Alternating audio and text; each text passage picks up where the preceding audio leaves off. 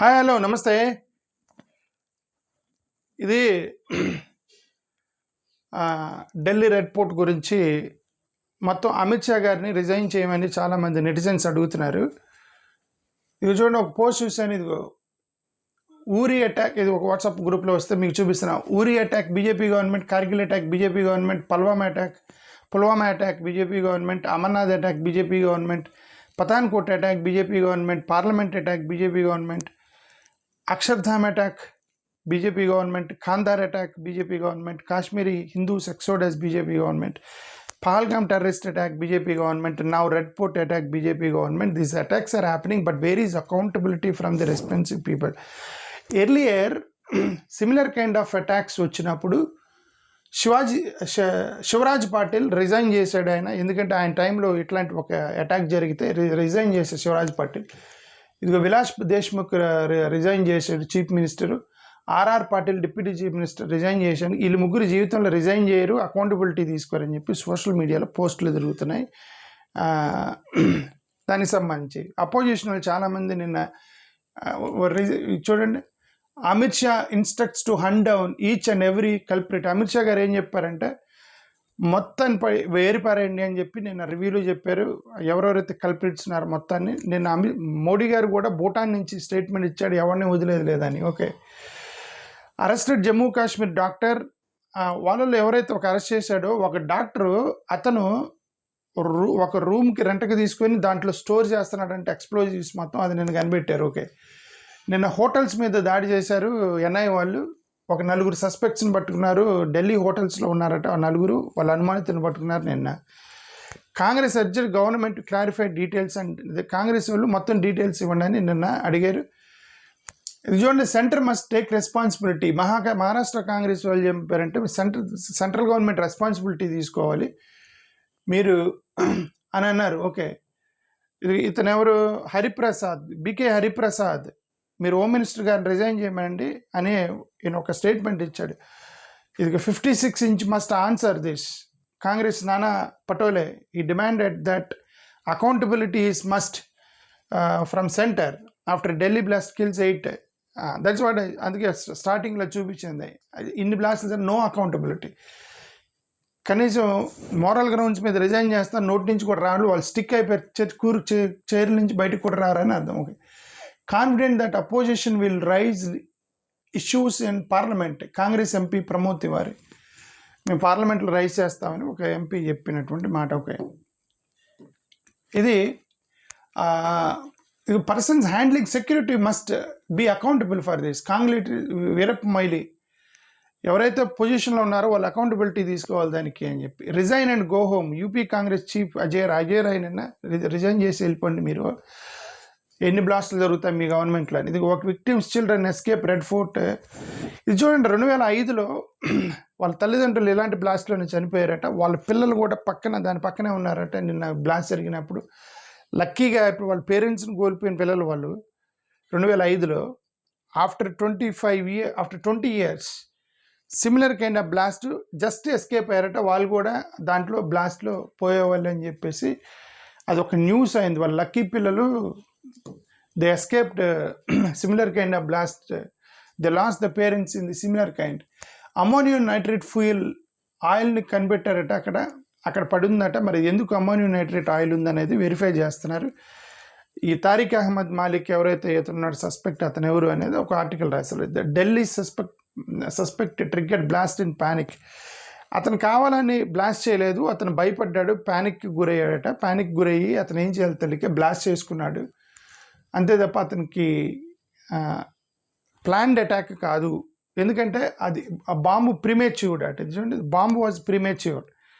ఆ బాంబు ఇంకా తయారవ్వలేదట. కరెక్ట్గా తయారైతే ఇంకా చాలామందిని చంపేసి ఉండేది. ప్రీమేచ్యూర్ బాంబుని పేల్చాడట ప్యానిక్లో అని వాళ్ళ యొక్క ఎక్స్పర్ట్స్ చెప్తుంది. ఓకే, ఇదేంటిది, responsibility Delhi blast will be brought to justice PM Modi in Bhutan. అది మోడీ గారు భూటాన్లో ఉండి దీనికి బాధ్యతలైన వాళ్ళ మొత్తాన్ని కూడా మేము ఎవరిని వదిలిపెట్టేది లేదని మోడీ గారు చెప్పారు. భూటాన్ నుంచి, భూటాన్ లేరు నిన్న ఆయన. ఒక టీఎంసీ ఎంపీ మహబూబ్ మొయిత్రా అమిత్ షా గారిని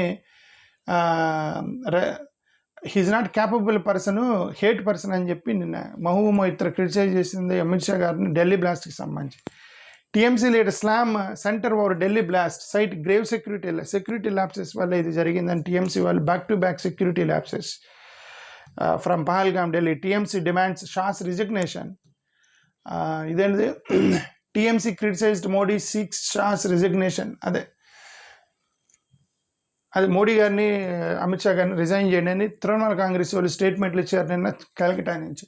BJP counters YSRCP privatisation charge. ఇది ఆంధ్రప్రదేశ్కి సంబంధించి నేను బీజేపీ స్పోక్స్ పర్సన్ ఏమెవరు యామిని శర్మ షీ సెడ్ అదే వైఎస్ఆర్సీపీ పీపీపీ మోడల్ని ఆపండి అని అంటే దాన్ని ప్రైవేటైజేషన్కి వ్యతిరేకంగా దాన్ని క్రిటిసైజ్ చేస్తూ ప్రైవేటైజేషన్ అనేది చూడ హాస్పిటల్స్ సర్వీసెస్ అంటే గవర్నమెంట్ కంట్రోల్లోనే ఉంటాయి అంట.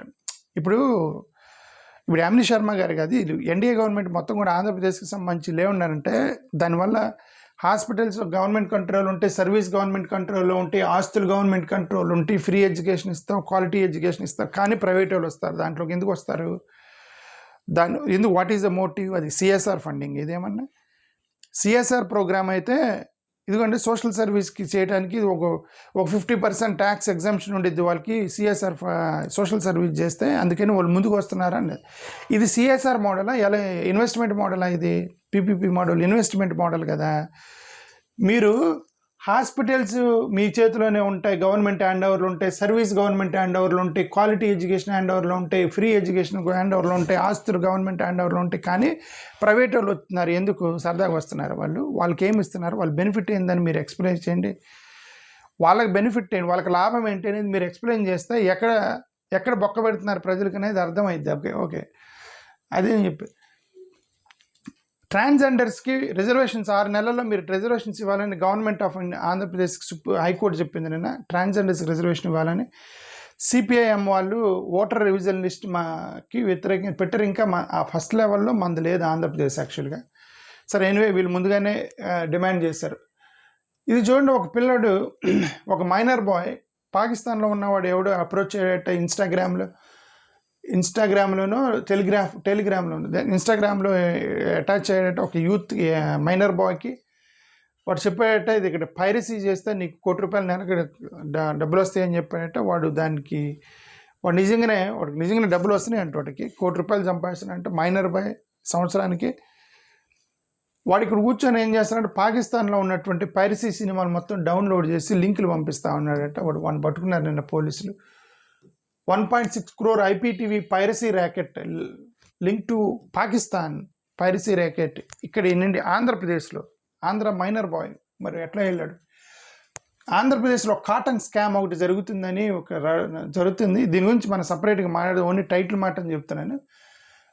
ఏదో కాటన్ స్కామ్ ఏదో చాలా పెద్ద కాటన్ స్కామ్ ఆంధ్రప్రదేశ్లో తీసుకుంది అని దాని గురించి మాట్లాడదాం స్పెసిఫికల్గా డీటెయిల్డ్గా. ఓకే, తర్వాత 6,384 కోట్ల రూపాయలు సెంటర్ నుంచి మొంత ఎఫెక్ట్కి చంద్రబాబు నాయుడు గారు గవర్నమెంట్ని అడిగారు. ఇది మన వాళ్ళు పీపీపీ మోడల్కి వ్యతిరేకంగా సుప్రీంకోర్టుకి వెళ్ళారు. ఎవరో వెళ్తే అక్కడ సుప్రీంకోర్టు ఆ ప్లీని రిజెక్ట్ చేసింది. ఇది ఒక లగ్జరియస్ లిటిగేషన్ చేయొద్దు అంటే, పిచ్చి లిటిగేషన్ చేయగా అంటే సుప్రీంకోర్టులో ఎందుకు టైం వేస్ట్ చేస్తున్నారన్నారు. మరి వీళ్ళు ఏమేశారు? పీపీపీ మోడల్ కోసమైనా ఆపమని వెళ్తే మరి అది లగ్జరియస్ మోడల్ అని కోర్టు కింద కనిపించింది. ఇక వాళ్ళకే తెలియాలి. డీటెయిల్స్లోకి వెళ్తే కింద నేను ఓన్లీ 5 పైన చూపిస్తున్నాను. ఓకే, ఎందుకంటే చాలా నేషనల్ వైడ్ చూపిస్తున్నాను కాబట్టి. 750 crore mega yoga centre approved in Andhra Pradesh. Medical college కడతానికి 350 కోట్లు ఉంటే ఒక మెడికల్ కాలేజ్ అయిపోయింది. 350 కోట్ల రూపాయలు లేవని పీపీపీ మోడల్ తీసుకొస్తానంటే 750 కోట్ల రూపాయలు పెట్టి యోగా సెంటర్, దీనికి పీపీపీ మోడల్ ఎందుకు ఇవ్వట్లేదు గవర్నమెంట్ని అడుగుతున్నాను. 350 కోట్లు పెడితే మీకు ఒక మెడికల్ కాలేజ్ వచ్చింది. మరి 750 కోట్ల రూపాయలు యోగా సెంటర్ ఎట్ట కడుతున్నారు? హౌ? యోగా సెంటర్ ఇది పర్పస్ ఆఫ్ యోగా సెంటర్ హెల్తే కదా. యోగా చేస్తే ఫిట్నెస్ వస్తుంది, అదే కదా మెయిన్ పర్పస్ అయితే కదా. రిలీజియస్ ఇన్స్టిట్యూషన్ అయితే కాదు కదా యోగా సెంటర్ అనేది. యోగా అనేది హెల్త్కి సంబంధించింది. అఫ్కోర్స్ రిలీజియస్ బేస్ ఉండొచ్చు, but the purpose is health. మరి దీనికి 750 కోట్ల రూపాయలు ఎందుకు? మెడికల్ కాలేజీని పీపీపీ మోడల్లోకి తీసుకెళ్ళటం ఎందుకు? అది సంగతి. ఓకే, అంటే ఒక్కోసారి చాలా ఆశ్చర్యం వేస్తాయి ఈ గవర్నమెంట్లు తీసుకునే నిర్ణయాలు. ఇది చూడండి, ఆంధ్రప్రదేశ్లో ఒక వ్యక్తి వాళ్ళ అమ్మని వాళ్ళ నాన్నని పొడిచి చంపాడట, 30 సార్లు పొడిచాడట. నిన్న ఎందుకు పొడిచేవారంటే వాళ్ళు చనిపోయి దయ్యాలు అయ్యి వస్తారని చెప్పేసి నేను పొడిచానని చెప్తున్నానంటే వాడు ఇది మెంటలోడా ఇది ఏమో. ఆంధ్రప్రదేశ్ బస్ డ్రైవర్, నేను అతనికి హార్ట్ అటాక్ వస్తే కాలేజీ బస్ రన్ చేస్తున్నప్పుడు హార్ట్ అటాక్ వచ్చిందని చాలా స్లోగా సేవ్ చేశాడని చెప్పి పాపం అతను చనిపోయాడు పిల్లల్ని సేవ్ చేసి అనేది ఒక ఇష్యూ. ఇదిగో నిన్న ఒకటి కారు ఓవర్ స్పీడ్ వెళ్ళి తరగబడి 4 చనిపోయారు అనేది ఆంధ్రప్రదేశ్ సంబంధించి. ఎన్ఐఏ ఇద్దరిని అరెస్ట్ చేసింది, ఆంధ్రప్రదేశ్లో ఒకరిని తెలంగాణలో ఒకరిని, టెర్రరిస్ట్ లింక్స్ ఉన్నాయని. అది ఆంధ్రప్రదేశ్కి సంబంధించి. ఇది బీహార్ చూద్దాము. బీహార్లో ఎగ్జిట్ పోలర్స్ మొత్తం కూడా ఎన్డీఏ గెలుస్తుందని చెప్తున్నారు. ఎందుకు ఎన్డీఏ గెలుస్తుందని చెప్పేసి ప్రశాంత్ భూషణ్ చెప్పాడు, ఎందుకు మొన్న రీసెంట్గా ఈయన కపిల్ సిబాల్ చెప్పాడు, జయంత్ బండారి చెప్పాడు, నేను కూడా చెప్పాను. నేను దీని గురించి సపరేట్ వీడియో చేయడానికి చేస్తాను. ఒక వీడియో పెడతా ఈరోజు. వాళ్ళ వర్షన్ ఏంటి అనేది, ఎవరు ప్రశాంత్ భూషణ్ వర్షన్ ఏంటి, కపిల్ సిబాల్ వర్షన్ ఏంటి, జయంత్ బండారి వర్షన్ ఏందని నేను వీడియో పెడతా ఈరోజు సాయంత్రంలోపు ఒకటే. ఓకే, అదే నేను యాక్చువల్గా మళ్ళీ నా ఛానల్ బ్లాక్ చేస్తారని నేను ఆలోచించలే, అది ఎప్పుడో పెట్టాను. వాళ్ళు ఆల్రెడీ పోస్టులు చేస్తూ ఉన్నారు వాళ్ళు ముగ్గురు. మాట్లాడదాం, కొత్త ఛానల్లో పెడితే ఇది అలా కొత్త ఛానల్ కదా, చూద్దాం. Okay, EC hits back after Tejashwi. Tejashwi అదేమంటాడు, 20,000 మంది పోలీసుల్ని బీజేపీ రాష్ట్రాల నుంచి తీసుకొచ్చి బీహార్లో పెట్టారు.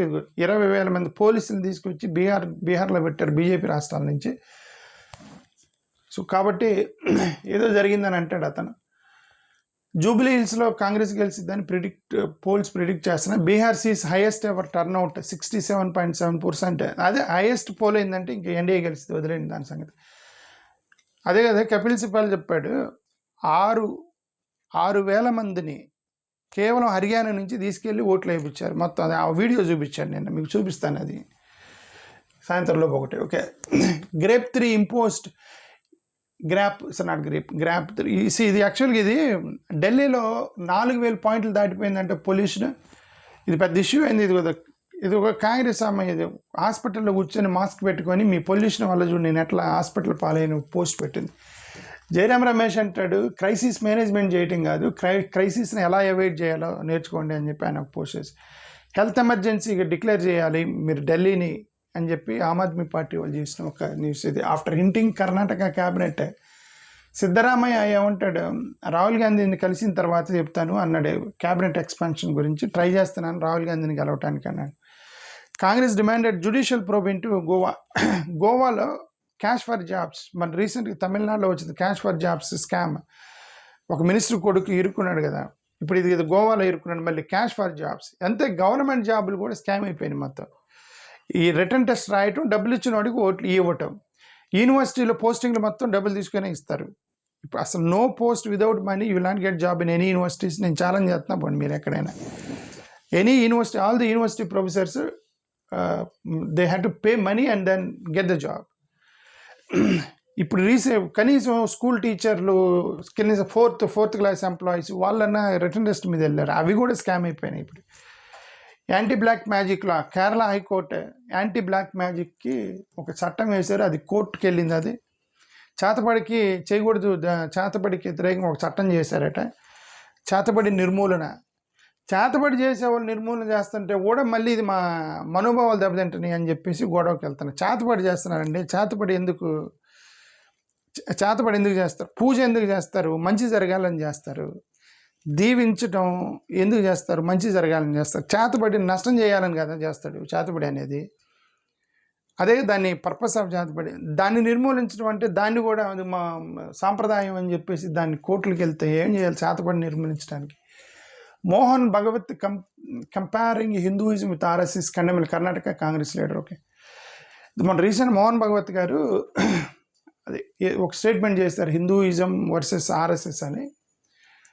హిందూయిజం అనేది డివిజన్ కోరుకోదు, హిందూయిజం అనేది ఇది ఇతను ఏమంటాడే, ఈ faith whose core philosophy is unity in diversity. Hinduism అనేది unity diversity, RSS is not unity in diversity. రెండు కంపేర్ చేద్దాను ఒక కాంగ్రెస్ కర్ణాటక.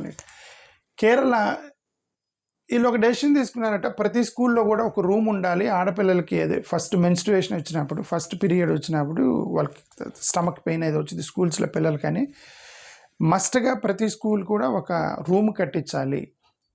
ఒక రూమ్, సేఫ్టీ రూమ్ ఉండాలి, ఆడపిల్లలు అక్కడ డ్రెస్ తీసుకోవడానికి ఒక చట్టం వేశారట నిన్న కేరళ వాళ్ళు. గతంలో కర్ణాటక గవర్నమెంట్ కూడా వేసింది. ఇది ఫస్ట్ వర్కింగ్ ఉమెన్ ఉంటారు కదా ఉద్యోగులకి, first day of menstruation period వచ్చిన ఫస్ట్ రోజు వాళ్ళకి ఫ్రీగా పెయిడ్ లీవ్ ఇవ్వాలని ఒక చట్టం చేసింది కర్ణాటక గవర్నమెంట్. ఇప్పుడు ఇది ఇంకొకటి కేరళలో వీళ్ళు ఒక డెసిషన్ తీసుకున్నారు in favour of women. That's good job these people are doing for in favour of women. Okay, కొద్దిగా మానవత్వం ఉంది వీళ్ళందరికీ అనేది కొద్దిగా. Delhi blast own to the integrity of the nation. Suresh Gopi అదే బ్లాస్ట్ గురించి కేరళ పోలీసు అక్కడ బ్లాస్ట్ జరిగిందని ఢిల్లీలో హై అలర్ట్ చెక్ చేస్తున్నారు మొత్తం. Kerala CM condemned Delhi. టెర్రరిస్ట్ని కండెమ్ చేసేది ఏంది, వాడి పనే చంపడం టెర్రరిస్ట్ నాయలు. 5,000 protesters smash. ఇది పంజాబ్ యూనివర్సిటీలో ఎలక్షన్స్ పెట్టమంటే ఎలక్షన్స్ పెట్టట్లేదని 3 రోజుల నుంచి పెద్ద గొడవ జరుగుతుంది. పంజాబ్ యూనివర్సిటీలో ధర్నా చేస్తున్నారు యూనివర్సిటీ పిల్లలు మొత్తం.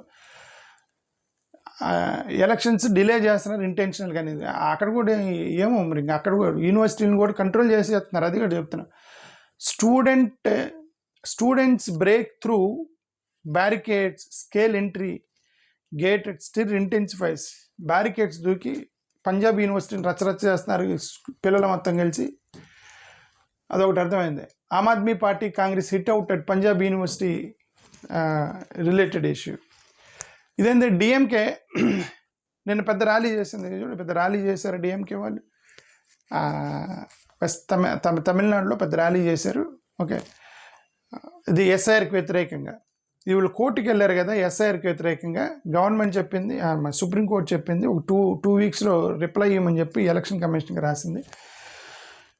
ఇది ఏమైనా నిర్మలా సీతారామన్ గారు అంటారు ఓన్లీ స్టాలిన్ నియోజకవర్గంలోనే 5,900 ఫేక్ ఓట్స్ ఉన్నాయి, అందుకని వ్యతిరేకిస్తున్నాడు, మేము ఆ ఫేక్ ఓట్లు తీయడానికి ట్రై చేస్తున్నాము, స్టాలిన్ వద్దంటున్నాడు అని ఆమె ఒక ఆరోపణ చేసింది. అఖిలేష్ యాదవ్ ఏమంటాడు, ఢిల్లీ బ్లాస్ట్కి విచారణ చేయండి అన్నాడు.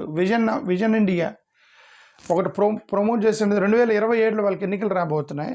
రేపు పొద్దున 26లో తమిళనాడు, 27లో ఉత్తరప్రదేశ్లో ఎన్నికలు రాబోతున్నాయి. ఓకే, సో దానికి వీళ్ళు రెడీ అయ్యారు already. Akhilesh Yadav saving democracy election decisive for SIR గురించి మాట్లాడుతున్నాడు. సమాజ్వాదీ పార్టీ అజం ఖాన్ గతంలో ఇది ఒక స్టేట్మెంట్ చేస్తే అతని మీద కేసు పడింది. ఆ కేసు నుంచి అతను తప్పించుకున్నాడు అనేది ఉత్తరప్రదేశ్ న్యూస్. ఇది ఇంటర్నేషనల్ న్యూస్.